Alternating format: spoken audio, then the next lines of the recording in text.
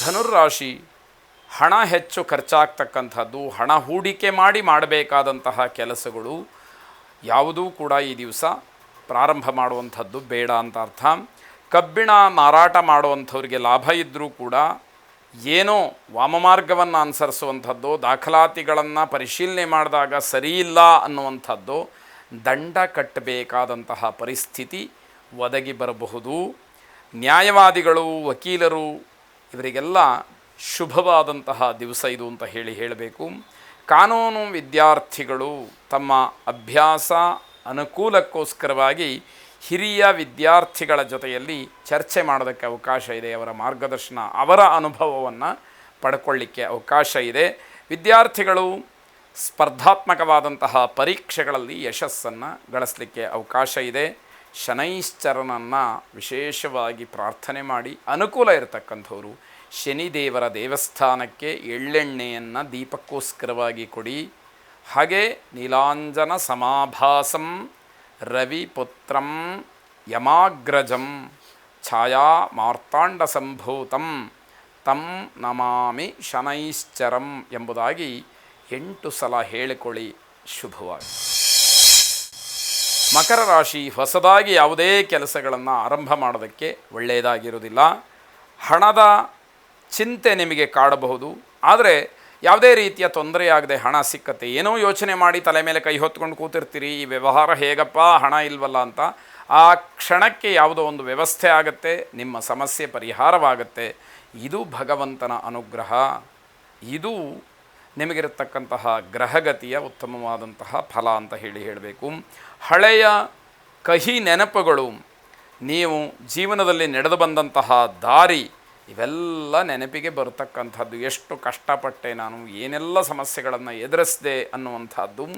ನಿಮ್ಮ ವ್ಯವಹಾರಾದಿಗಳಲ್ಲಿ, ವೃತ್ತಿಯಲ್ಲಿ ಸಭ್ಯರಾಗಿರಬೇಕು, ಶುದ್ಧ ಮನಸ್ಕರಾಗಿರಬೇಕು, ಶುದ್ಧ ಚಾರಿತ್ರ್ಯವನ್ನು ಹೊಂದಿರಬೇಕು ಅನ್ನುವಂಥದ್ದು ಸೂಚನೆಯಾಗುತ್ತೆ. ವ್ಯಾಪಾರ ವ್ಯವಹಾರದಲ್ಲಿ ಸ್ವಲ್ಪ ಮಟ್ಟಿನ ನಷ್ಟವಾಗ್ತಕ್ಕಂತಹ ಸಾಧ್ಯತೆಗಳೂ ಕೂಡ ಇದೆ. ಆ ಸೂಚನೆ ಇರುವಾಗ ತಾಳ್ಮೆಯನ್ನು ಕಳ್ಕೊಳ್ಬಾರ್ದು. ಇವತ್ತು ನಷ್ಟವಾದರೆ ನಾಳೆ ದುಡಿತೀನಿ ಅಂತಕ್ಕಂತಹ ಮನೋಭಾವದಲ್ಲಿ ತಾಳ್ಮೆಯಿಂದ ಇರಬೇಕಾಗತ್ತೆ. ಇಷ್ಟದೇವತಾ ಧ್ಯಾನ ಪ್ರಾರ್ಥನೆಯನ್ನು ಮಾಡಿ, ಶುಭವಾಗಿ. ಕುಂಭರಾಶಿ ಮನೆಯಲ್ಲಿ ನೆಮ್ಮದಿಯ ವಾತಾವರಣ ಇರುತ್ತೆ. ನೀವು ಕೂಡ ಕೆಲ ಹೊತ್ತಾದರೂ ಕೂಡ ಸಮಾಧಾನವಾಗಿ ನೆಮ್ಮದಿಯಿಂದ ಇರಲಿಕ್ಕೆ ಅವಕಾಶಗಳಿದೆ. ನಿಮ್ಮ ಬಗ್ಗೆ ಒಂದಷ್ಟು ಅಪಪ್ರಚಾರಗಳು ನಡೆಯುತ್ತೆ. ನಿಮಗೆ ಗೊತ್ತಾದಾಗ ಬೇಸರವನ್ನು ಪಟ್ಕೊಳ್ತೀರಿ. ಮನೆಯ ಹೊರಗಡೆ ಅಥವಾ ನೌಕರಿಯ ಸ್ಥಳದಲ್ಲಿ ನಿಮ್ಮ ಬಗ್ಗೆ ಏನೋ ಊಹಾಪೋಹಗಳು ಏರ್ಪಡುವಂತಹ ಸಾಧ್ಯತೆಗಳಿದೆ.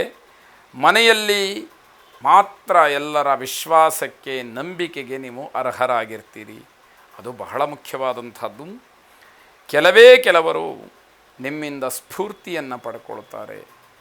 ನಿಮ್ಮ ಒಂದು ಶಿಸ್ತು, ನಿಮ್ಮ ಸ್ವಭಾವ, ಕಾರ್ಯಕ್ಷಮತೆ, ಪ್ರಾಮಾಣಿಕತೆ ಇವೆಲ್ಲವೂ ಕೂಡ ಅವರಿಗೆ ದಾರಿದೀಪವಾಗುತ್ತೆ. ಅವರು ಅದನ್ನು ಮೆಚ್ಚಿಕೊಳ್ತಾರೆ ಅನ್ನುವಂಥದ್ದು.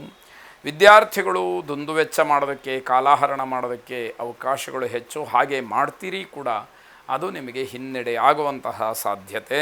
ಕುಲದೇವತಾ ಪ್ರಾರ್ಥನೆಯನ್ನು ವಿಶೇಷವಾಗಿ ಮಾಡಿ. ಯಾವ ಒಳಿತಿದೆ ಅದು ಇನ್ನಷ್ಟು ಒಳ್ಳೆಯ ಫಲವನ್ನು ಕೊಡಲಿ. ಕೆಡಕಿರ್ತಕ್ಕಂಥದ್ದು ಒಳ್ಳೆಯದಾಗಿ ಪರಿವರ್ತನೆಯಾಗಲಿ. ಕೆಡಕಿನಿಂದ ಆಗ್ತಕ್ಕಂತಹ ದುಃಖ ಅಥವಾ ತೊಂದರೆ ನಿಮ್ಮಿಂದ ದೂರವಾಗಲಿ, ಶುಭವಾಗಿ. ಕೊನೆಯದಾಗಿ ಮೀನರಾಶಿ, ನೌಕರಿಯ ದೃಷ್ಟಿಯಿಂದ ಪ್ರಯಾಣವನ್ನು ಮಾಡಬೇಕಾದಂತಹ ಒಂದು ಸಂದರ್ಭ ಒದಗಿ ಬರಬಹುದು. ತುಂಬ ಆಲೋಚನೆಗಳನ್ನು ಮಾಡ್ತಕ್ಕಂತಹದ್ದು, ವ್ಯಾವಹಾರಿಕವಾಗಿ, ಕೌಟುಂಬಿಕವಾಗಿ, ಜೊತೆಗೆ ಆರೋಗ್ಯ, ವೈಯಕ್ತಿಕವಾದಂತಹ ಜೀವನ, ಮಕ್ಕಳ ಭವಿಷ್ಯ, ಹೀಗೆ ಹಲವಾರು ವಿಚಾರಗಳು ಏಕಕಾಲದಲ್ಲಿ ನಿಮ್ಮನ್ನು ಏನೋ ಬಂಧಿತರನ್ನಾಗಿ ಮಾಡುವ ರೀತಿಯಲ್ಲಿ ಆಗತ್ತೆ.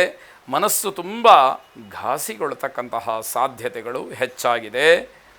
ಒತ್ತಡ ಹಾಗೂ ಮಾನಸಿಕವಾದಂತಹ ಕಿರಿಕಿರಿಯಿಂದ ಬಳಲಿ ಹೋಗ್ತೀರಿ ಅಂತ ಹೇಳಬೇಕು. ಉನ್ನತ ಅಧಿಕಾರಿಗಳ ಜೊತೆಯಲ್ಲಿ ಸಂಬಂಧವನ್ನು ಚೆನ್ನಾಗಿ ಇಟ್ಕೊಳ್ಳಿ. ಒಂದು ವೇಳೆ ಆ ಸಂಬಂಧ ಚೆನ್ನಾಗಿದೆ, ಯಾವ ಭಿನ್ನಾಭಿಪ್ರಾಯಗಳು ಇಲ್ಲ ಅಂತಾದರೆ ಅದನ್ನು ಹಾಗೆ ಉಳಿಸ್ಕೊಳ್ತಕ್ಕಂತಹ ಪ್ರಯತ್ನವನ್ನು ಮಾಡಿ ಎನ್ನುವಂಥದ್ದು. ವ್ಯಾಪಾರ ವ್ಯವಹಾರಾದಿಗಳನ್ನು ವಿಸ್ತಾರ ಮಾಡ್ಕೊಳ್ಳೋದಕ್ಕೆ ಸಾಲದ ಅವಶ್ಯಕತೆ ಬೀಳಬಹುದು. ಸರಿಯಾಗಿ ಚರ್ಚೆಯನ್ನು ಮಾಡಿ ನಿರ್ಧಾರವನ್ನು ಮಾಡಿ ಎನ್ನುವಂಥದ್ದು. ಸಾಲಗ್ರಾಮ ಮಹಾವಿಷ್ಣುವನ್ನು ಪ್ರಾರ್ಥನೆ ಮಾಡಿ. ಶುಭವಾಗಲಿ.